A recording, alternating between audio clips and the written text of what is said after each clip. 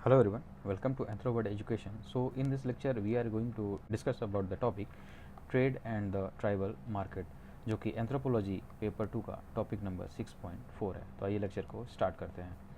तो सबसे पहले हम देखेंगे barter and the exchange in the tribal societies. तो बार्टर एंड द एक्सचेंज क्या होता है ट्राइबल सोसाइटीज़ में? तो ये जो बार्टर और एक्सचेंज होता है यह इंटीग्रल होता है ट्राइबल सोसाइटीज़ के इकोनॉमी में, जहाँ पे direct exchange of goods and services को यूज़ किया जाता है करेंसी के यूज़ को रिप्लेस करने के लिए। तो जहाँ पे मॉडर्न सोसाइटीज़ में करेंसी का यूज़ होता है गुड्स एंड सर्विसेज को बाई करने के लिए, कि हम करेंसी के बदले में हम कुछ गुड्स एंड सर्विसेज को बाई करते हैं, वहीं पे जो ट्राइबल सोसाइटीज़ होती हैं वहाँ पे गुड्स एंड सर्विसेज का यूज़ किया जाता है डायरेक्टली एक्सचेंज करने के लिए for the goods and services. तो ये जो सिस्टम ऑफ एक्सचेंज होता है यह ट्राइबल सोसाइटीज़ में जो है वो डीपली रूटेड होता है, और यह ट्रेडिशनल कस्टम्स और रेसिप्रोकल रिलेशनशिप्स के द्वारा गवर्न किया जाता है।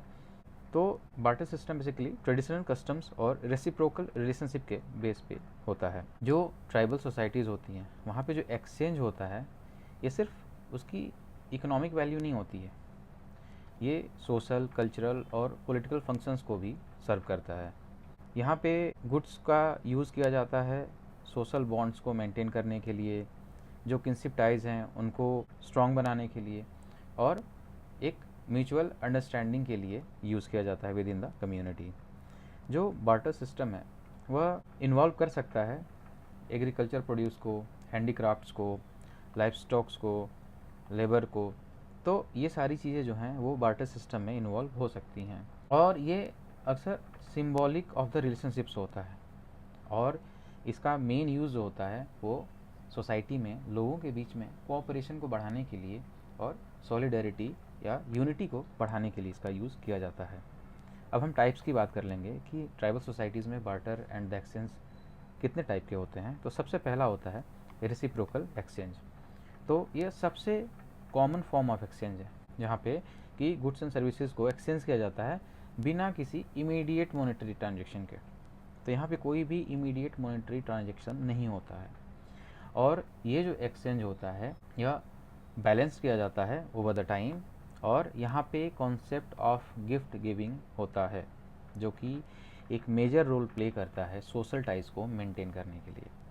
तो गिफ्ट गिविंग जो होता है वहाँ पे कोई भी मॉनेटरी ट्रांजैक्शन या मॉनेटरी वैल्यू नहीं होती है, यह यहाँ पे लोग अपने इच्छा के अनुसार एक दूसरे को गिफ्ट देते हैं जिसकी कोई मॉनेटरी वैल्यू नहीं होती है। ये एक सिंबल ऑफ सोशल टाई होता है। दूसरा होता है रीडिस्ट्रीब्यूटिव एक्सचेंज। तो यहाँ पे कुछ लार्जर ट्राइब्स में गुड्स एंड सर्विसेज जो है वह एक सेंट्रल फिगर के द्वारा कलेक्ट किया जाता है। जैसे मॉडर्न सोसाइटीज़ में टैक्स का कलेक्शन किया जाता है एक सेंट्रल अथॉरिटी के द्वारा, वैसे ही लार्जर जो ट्राइब्स होती हैं वहाँ पे जो गुड्स या सर्विसेज होती हैं वो एक सेंट्रल फिगर के द्वारा कलेक्ट किया जाता है लाइक अ ट्राइबल लीडर, और उसके बाद जो मेंबर्स हैं उस ट्राइब के उनमें रीडिस्ट्रीब्यूट किया जाता है। और ये चीज़ इंश्योर करता है यहाँ पे जो डिस्ट्रीब्यूशन है वो इक्वल है, और यहाँ पे ये लीडरशिप स्ट्रक्चर को दर्शाता है। थर्ड जो चीज़ आती है वो होती है मार्केट एक्सचेंज। तो जो आइसोलेटेड ट्राइबल सोसाइटीज़ हैं उसमें ये लेस कॉमन है, और कुछ जो ट्राइबल ग्रुप्स होते हैं वह किसी एक्सटर्नल कम्युनिटीज़ के साथ इन्वॉल्व होते हैं। तो दो कम्युनिटीज़ हो गई, तो एक कम्युनिटी जो है वो दूसरे कम्युनिटी के साथ इन्वॉल्व होता है, और ये जो दूसरी कम्युनिटी होती है वो एक्सटर्नल कम्युनिटी होती है, और ये बेसिकली पीरियोडिक मार्केट्स में होता है जहाँ पे गुड्स को नेबरिंग ट्राइब्स के साथ एक्सचेंज किया जाता है, या फिर जो मोर डेवलप्ड सोसाइटीज़ हैं वहाँ पे एक्सचेंज किया जाता है। और यहाँ पे करेंसी इन्वॉल्व हो सकती है क्योंकि यहाँ पे एक्सटर्नल कम्युनिटी इन्वॉल्व होती है। फोर्थ जो टाइप है वो है ceremonial and the symbolic exchange, कि ट्राइबल कल्चर में कुछ एक्सचेंजेज होते हैं जो कि रिचुअल या सेरेमोनियल प्रैक्टिसेस से जुड़े हुए होते हैं, लाइक कि मैरिज के दौरान या फिर कोई भी इनिशिएशन राइट्स होता है, कि लाइक एक ऐसा रिचुअल होता है जो कि मार्क करता है कि persons transition into the new stage of the life. और यहाँ पे जो एक्सचेंज होता है वो गुड्स का होता है लाइक कैटल और द क्लॉथ, जो कि दो फैमिलीज़ या ग्रुप्स के बीच में एक सिंबॉलिक रिलेशनशिप को स्टैब्लिश करता है। की फंक्शंस की बात कर लेंगे ट्राइबल सोसाइटीज़ में, तो सबसे पहला जो फंक्शन होता है वो इकोनॉमिक एक्सचेंज होता है कि जो ट्राइबल मार्केट्स होती हैं वो प्लेसेस होती हैं जहाँ पे गुड्स जैसे कि agriculture produce, live stock, handicrafts या अदर लोकली मेड प्रोडक्ट्स होते हैं उनका एक्सचेंज किया जाता है। दूसरा जो है वह सोशल इंटरेक्शन। तो ट्राइबल मार्केट जो है वह सोशलाइजेशन का वेन्यू होता है। यहाँ पे लोग जो है डिफरेंट विलेजेस और ट्राइब्स के एक जगह पे मिलते हैं और यहाँ पे एक्सचेंज ऑफ न्यूज़, स्टोरीज और गॉसिप्स करते हैं। थर्ड की फंक्शन है कल्चरल एक्सचेंज। तो यहाँ पे बहुत सारी कल्चरल प्रैक्टिसेस की जाती हैं, ट्रेडिशन से रिचुअल्स का प्रैक्टिस किया जाता है और शेयर किया जाता है। यहाँ पे म्यूज़िक, डांस या फोक परफॉर्मेंस, स्टोरी टेलिंग भी होती हैं, जहाँ पे लोगों को एक प्लेटफॉर्म प्रोवाइड कराया जाता है उनके कल्चरल एक्सप्रेशन के लिए, जिससे कि उनकी जो ट्राइबल आइडेंटिटी है उसको रिकॉग्नाइज किया जा सके। फिर फोर्थ फंक्शन जो है वो है political and the ritual functions. तो जो ट्राइबल मार्केट्स होते हैं उनको कई बार जो है एक पॉलिटिकल स्टेज भी माना जाता है, जहाँ पे जो लोकल लीडर्स होते हैं या एल्डर्स होते हैं या जो चीफ्स होते हैं वो मिलते हैं, जो भी इम्पॉर्टेंट मैटर्स हैं गवर्नेंस के या कोई डिस्प्यूट है उसको रिजॉल्व करने के लिए। और कुछ जो मार्केट्स होते हैं वो रिलीजियस रिचुअल्स के साथ भी जुड़े होते हैं, सेरेमनीज़ के साथ भी जुड़े होते हैं।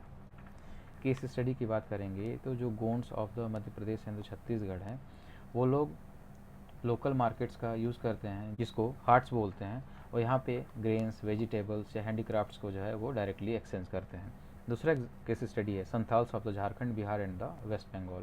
तो यहाँ पे एग्रीकल्चर प्रोडक्ट्स जैसे कि राइस, मेज़ या पल्सेस का एक्सचेंज किया जाता है for the tools, clothing and the other goods from the neighbouring tribes. और कुछ संथाल ट्रेडिशंस में जो सेरेमोनियल एक्सचेंज होता है वह स्पेशली ड्यूरिंग द फेस्टिवल्स होता है, जैसे कि बाहा एक फेस्टिवल होता है जिसको हार्वेस्ट फेस्टिवल कहा जाता है, जो कि सर्व करता है as a platform for the barter. Third case study है the Toda tribe of the Nilgiri, Tamil Nadu. जो टोरा ट्राइब होता है वह एक इंडिजिनियस ग्रुप है फ्रॉम द नीलगिरी हिल्स और इनका एक डिस्टिंक्ट बार्टर सिस्टम होता है। तो टोडा जो है वो डेयरी प्रोडक्ट्स पर्टिकुलरली मिल्क में जो है वो एक्सचेंज करते हैं, जो कि उनके सब्सिस्टेंस इकोनॉमी का सेंट्रल पार्ट है। और वो एक्सचेंज करते हैं ऊल को, जो कि जिसके द्वारा ब्लैंकेट्स को बुना जाता है और या पार्ट ऑफ मैरिज ट्रांजेक्शन्स होता है। खासी या गारो ट्राइब्स की बात करेंगे जो कि मेघालय की हैं।